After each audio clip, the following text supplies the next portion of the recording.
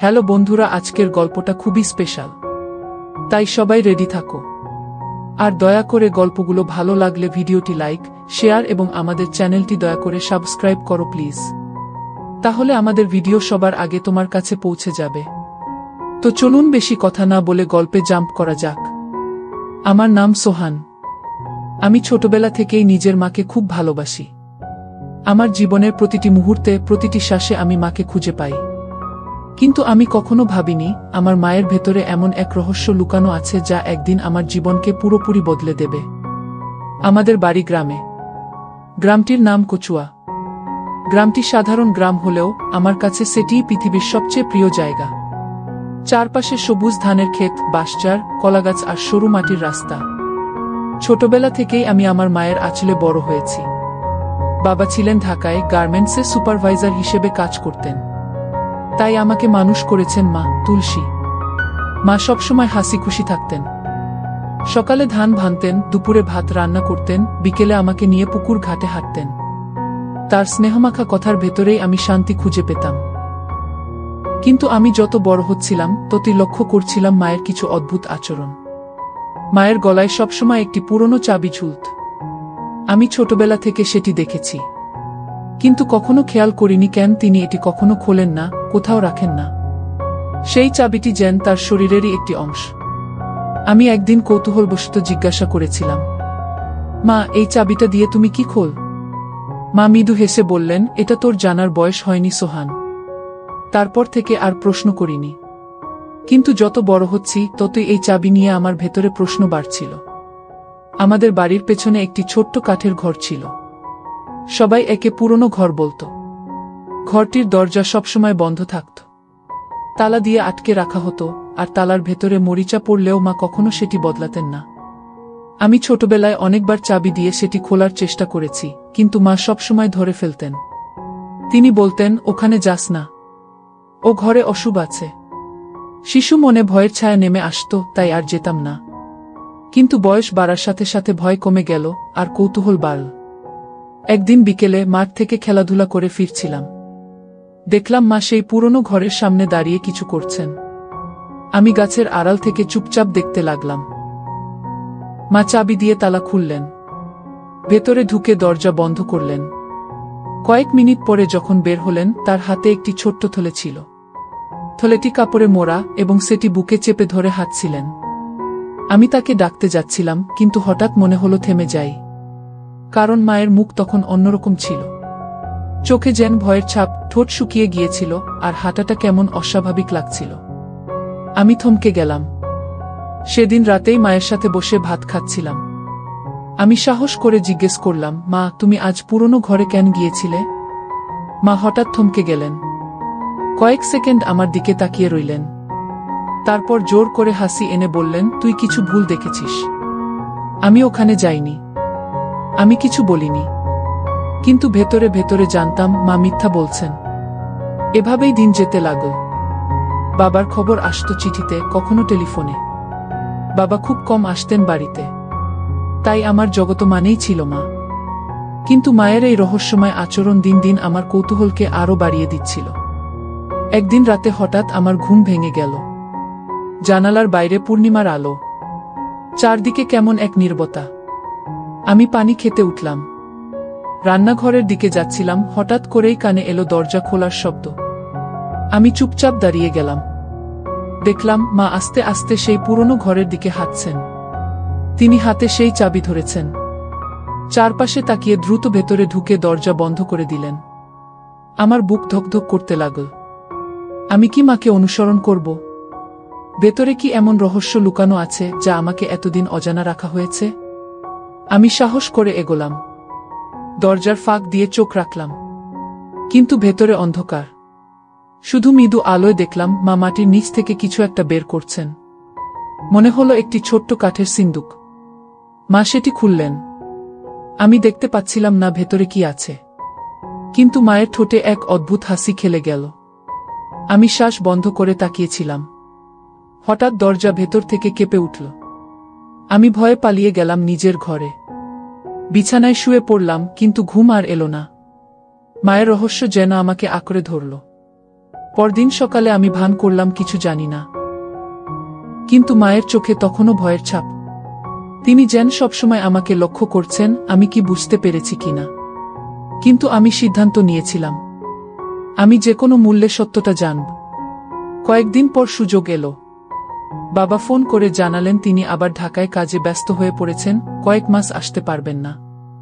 ফলে বাড়িতে শুধু আমি আর মা। সেই রাতে আমি অপেক্ষা করছিলাম।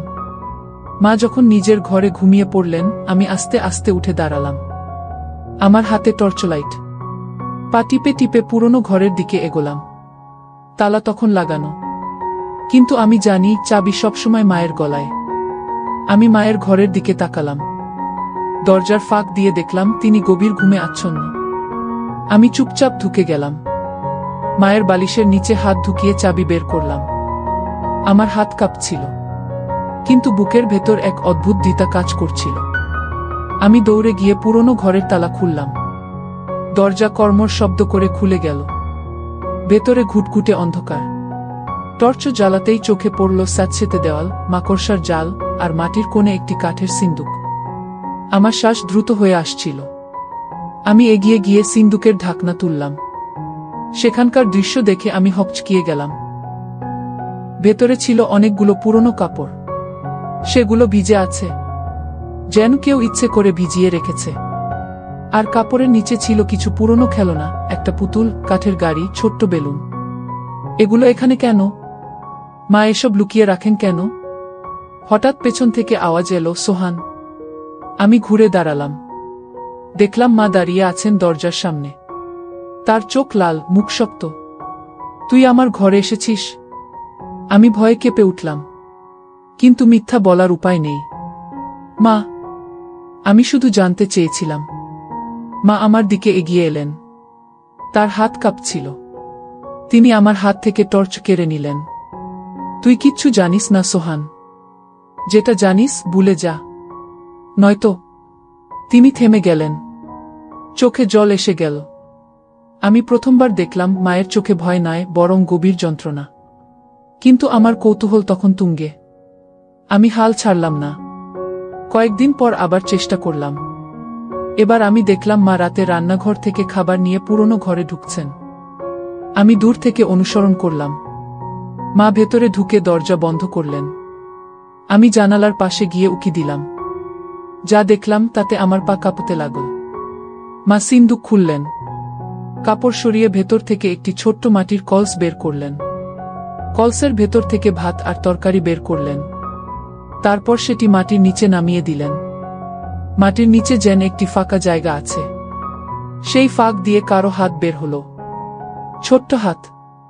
মা সেই হাতে খাবার দিলেন। আরেকটু তাকাতেই আমি দেখে ফেললাম মাটির নিচে এক কিশোরী মেয়ে বসে আছে। আমার বুক কেঁপে উঠল। কে এই মেয়ে? কেন মা তাকে লুকিয়ে রেখেছেন? আমার গলা শুকিয়ে গেল। আমি দৌড়ে গিয়ে নিজের ঘরে শুয়ে পড়লাম। সারারাত চোখে ঘুম এলো না। বারবার সেই দৃশ্য মনে হচ্ছিল। পরদিন সকালে মাকে কিছুই বললাম না, কিন্তু মনে মনে সিদ্ধান্ত নিলাম আমি এই রহস্যের শেষ পর্যন্ত জানব। এভাবেই গল্প এগিয়ে যেতে লাগল। প্রতিদিন আমি নতুন কিছু খুঁজে পেতাম। মায়ের ভেতরে লুকোনো যন্ত্রণা আমাকে তাড়া করত। আমার মনে হচ্ছিল এই রহস্য শুধু আমার নয়, আমাদের পরিবারের অতীতেরও সাথে জড়িত। কিন্তু আমি তখনও জানতাম না যে সত্য আমি খুঁজতে চাইছি সেটি জানার পর আমার জীবন আর কোনোদিন আগের মতো থাকবে না। আমার মাথার ভেতর তখন শুধু একটাই প্রশ্ন ঘুরপাক খাচ্ছিল, মাটির নিচে লুকানো সেই মেয়েটিকে? কেন মা তাকে বছরের পর বছর ধরে লুকিয়ে রেখেছেন? দিনের বেলায় আমি মায়ের সামনে কিছুই প্রকাশ করলাম না, কিন্তু ভেতরে ভেতরে দাউ দাউ করে আগুন জ্বলছিল। রাতে আমি যখন ঘুমানোর ভান করতাম, তখন মনে হতো মা চুপচাপ আমাকে পর্যবেক্ষণ করছেন। মায়ের চোখে ভয় আর উদ্বেগ দুটোই মিশে থাকত, যেন তিনি বুঝে গেছেন আমি সত্যটা জেনে গেছি। একদিন বিকেলে আমি মাঠ থেকে ফিরছিলাম। দেখলাম আমাদের উঠোনে কিছু মহিলারা বসে আড্ডা দিচ্ছেন। তারা গ্রামেরই মানুষ। হাসাহাসি করছেন, পান খাচ্ছেন। মা তাদের সাথে বেশ ব্যস্ত ছিলেন। আমি দূর থেকে দাঁড়িয়ে লক্ষ্য করছিলাম। তাদের ভেতর একজন মহিলা, নাম নাজমা খালা। তিনি খুব চালাক ধরনের মানুষ। গ্রামে অনেকেই তাকে বিশ্বাস করে না, আমি লক্ষ্য করলাম তিনি বারবার আমার মায়ের চোখের দিকে তাকাচ্ছেন আর অদ্ভুতভাবে হাসছেন। আমার মনে হলো নাজমা খালা হয়তো কিছু জানেন। আড্ডা শেষে সবাই চলে গেল। আমি তখন মায়ের ঘরে গেলাম। মা তখন চুপচাপ বসেছিলেন। আমি বললাম, মা, তুমি এত কিছুর মধ্যে আছো, অথচ আমাকে কিছুই বলছো না কেন? মা থেমে গেলেন। চোখে জল চলে এলো। তিনি কাপা গলায় বললেন, সোহান, সব জানার চেষ্টা করিস না। কিছু কিছু সত্য মানুষকে ভেঙে ফেলে। আমি জোরে বললাম, কিন্তু আমি ভেঙে পড়তে রাজি, মিথ্যার ভেতর বেঁচে থাকতে চাই না। মা তখন মাথা নিচু করলেন, কিন্তু কিছুই বললেন না। রাত বাড়তে লাগল। মাকে দেখলাম তিনি আবার সেই পুরনো ঘরের দিকে যাচ্ছেন। এবার আমি সিদ্ধান্ত নিলাম, আর লুকিয়ে থাকব না। আমি সরাসরি তার পিছনে গেলাম।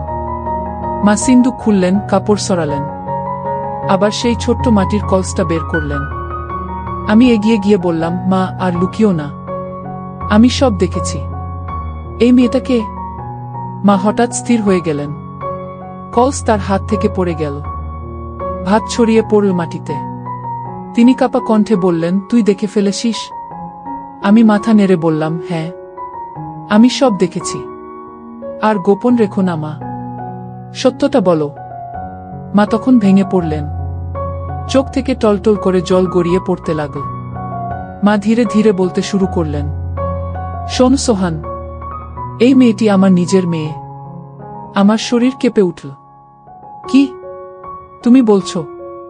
আমার বোন? মা মাথা নেড়ে বললেন, হ্যাঁ, তোর বড় বোন। আমার মাথা ঘুরতে লাগল। আমি বিছানার মতো মাটিতে বসে পড়লাম। কিন্তু মা, আমি তো কখনো শুনিনি আমাদের পরিবারে আমার আগে আর কোনো সন্তান ছিল। মা দীর্ঘশ্বাস ফেলে বলতে লাগলেন, তোকে সত্যি বলতে গেলে আমার বুক ফেটে যায়। তোর বাবা প্রথম থেকেই শুধু ছেলে সন্তান চাইতেন। তিনি মেয়ের নাম শুনতেই পারতেন না।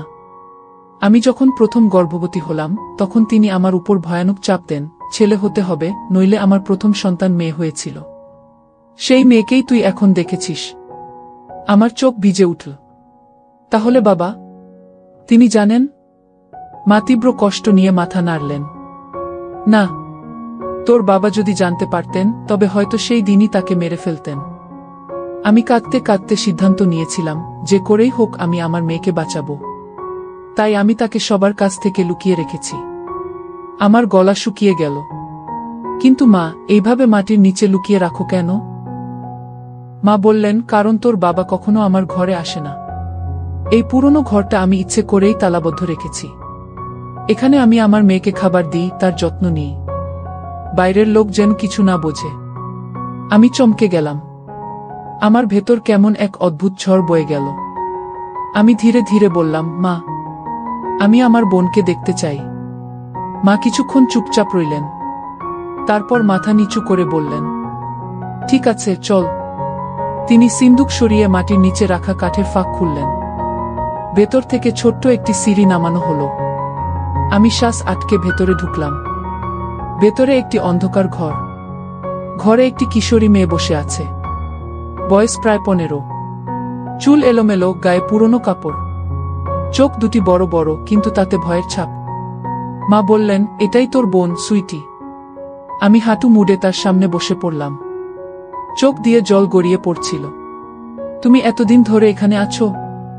মেয়েটি ধীরে ধীরে মাথা নেড়ে হ্যাঁ বলল। তার চোখে জল জমে উঠল। আমার বুক কেঁপে উঠল।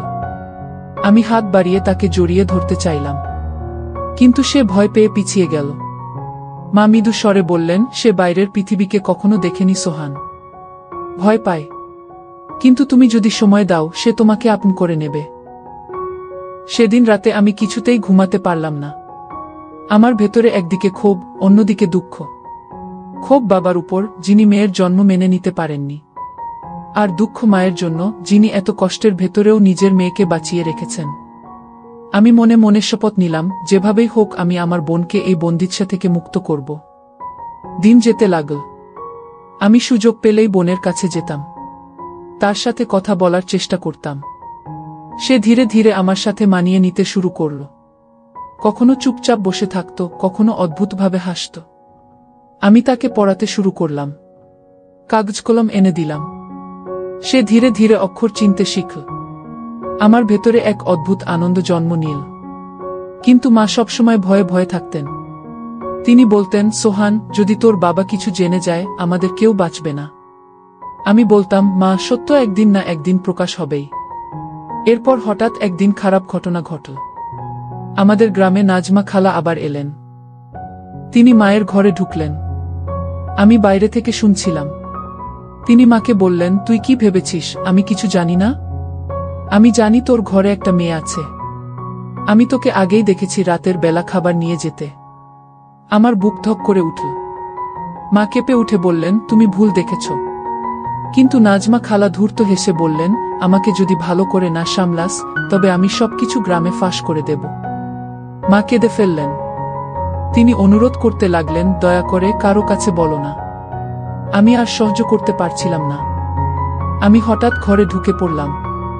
বললাম, নাজমা খালা, আপনি যদি এই কথা কাউকে বলেন তবে আমি পুলিশ ডাকব। আপনি গ্রামের মানুষের নামে মিথ্যে রটাচ্ছেন বলবো। নাজমা খালা চমকে উঠলেন। কিন্তু তিনি হেসে বললেন, দেখি তো কতদিন লুকাতে পারিস। তিনি চলে গেলেন। মা আমার দিকে তাকালেন, চোখে আতঙ্ক। সোহান, এবার তো আর রক্ষা নেই। সে যদি সত্যিই বলে দেয়। আমি মায়ের হাত ধরে বললাম, ভয় পেও না মা। সত্য যদি বেরিয়েই যায় তবে আমরা লড়ব। কিন্তু ভাগ্য যেন আমাদের বিপক্ষেই ছিল।